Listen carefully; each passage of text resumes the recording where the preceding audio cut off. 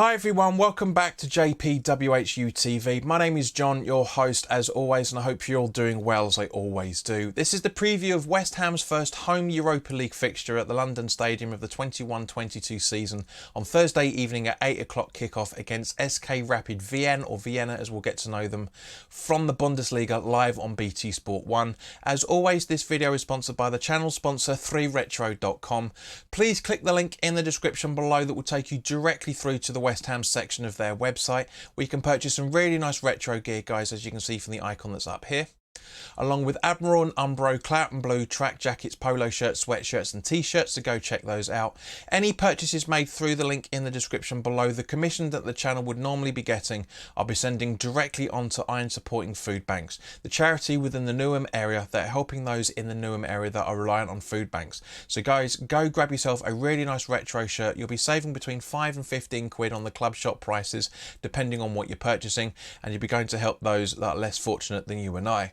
Excuse me. So Rapid Vienna haven't played in the UK for about 11 years now, and we've also never played them before, so we can't discuss the last 6 games with us because there isn't any, and also I can't find much information in relation to who the officials are going to be for this game as of the time of this recording, so we can't talk about that either. But even if we did, we wouldn't know who these guys are most of the time, so it doesn't really matter.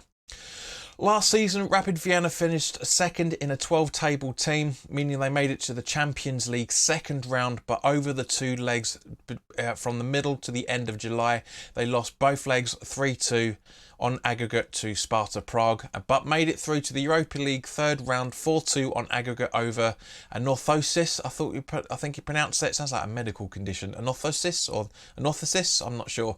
And 5-2 in the qualifying rounds over Zorga Lugansk on the 2 legs as well.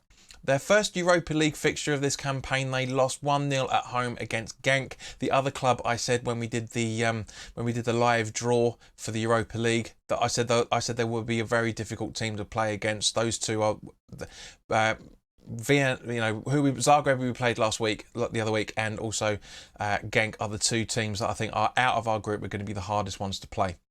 After playing us, they will be playing WSG Swarovski Tyrol, I think you pronounce that, the same day as we play Brentford. So they'll have the availability of fresh legs in the same that we will. They'll be making rotations because they've got to play their league game a few days later as well. They've played 18 games so far this season in all competitions in consideration to our 8. So take that into consideration, guys. Obviously, they're going to be slightly match fitter than us. Their tactics are going to be more a lot better well drilled than ours as well. Their style of play will be tighter, but I'm confident. That's all I'm going to say on this.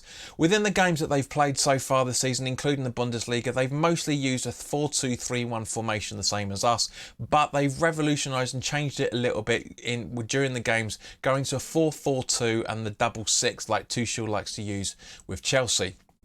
However, they are yet to win away from home in the Bundesliga with 2 draws and 2 losses. So I know that doesn't really have much of an impact in Europa League, but they will be really pumped to try and get something away from home. The action areas within their game is unusual, is not unusual, I should say.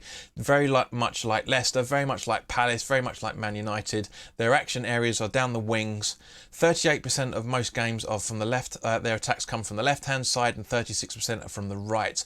And a lot happens in the middle third. 41% of the majority of the games they've played, which is not unusual, to be honest with you, because I always say a game is either lost or won in the midfield, and 41% of action within all their games in that area just kind of backs up my thoughts on that. Their highest goal scorer so far and it is Marko Juricin with 5 goals but no assists. Nobody seems to have given any assists so far this season from what I'm seeing. So are they a team of individuals who like to run at goal rather than setting up team goals? If there's any Vienna fans in the chat in watching this, by all means, please do put your comments in the comment section below and let me know. If this is the case, this is something we will have to be very wary of. because it's not very often we come up against sides like that. Now, according to transfermarket.co.uk, their injury list is centre forward Oliver Struns with an unknown injury for the last 2.5 months. Centre back Christopher Dibon has had an arthroscopy at around about the same sort of time, so basically surgery on the knee. Defensive midfielder Leon Schuster, I think you pronounce that, has had an edema on the leg a few weeks ago. And a few days after that, goalkeeper Richard Strabinga suffered with a shoulder injury. So I don't know their side. I really don't know their side well enough. But I can see the manager Manfred Schmid trying to use the 4-4-2/4-2-3-1 rotation in the game, depending on how the results are going. So we need to be able to we really need to be able to match them. And as I said earlier, we need to be very, very vigilant on this. Now, over the last 4 weeks, we've had 913 returning viewers, but only 30 new subscribers. So as you can see from the graphic that's down is over here. Where are we? It's there.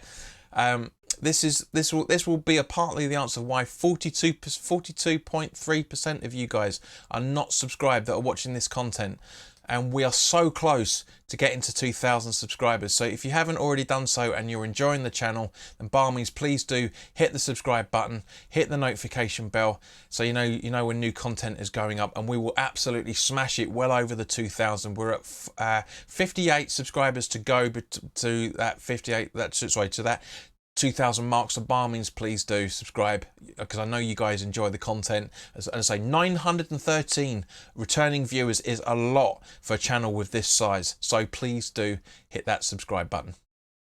Now, turning to West Ham, at the time of this recording, we've only got one reported injury, which is Fredericks, from which he suffered in the build-up to that great run that he made to set up Lanzini's goal against Man United in the League Cup on Wednesday. And if you haven't already seen, we will play City at home on the 27th of October. It's not going to be on telly either, for that matter, so that gives us a bit of emphasis as well. Let me know in the chat, in the comments even, if you're going to be there for the game.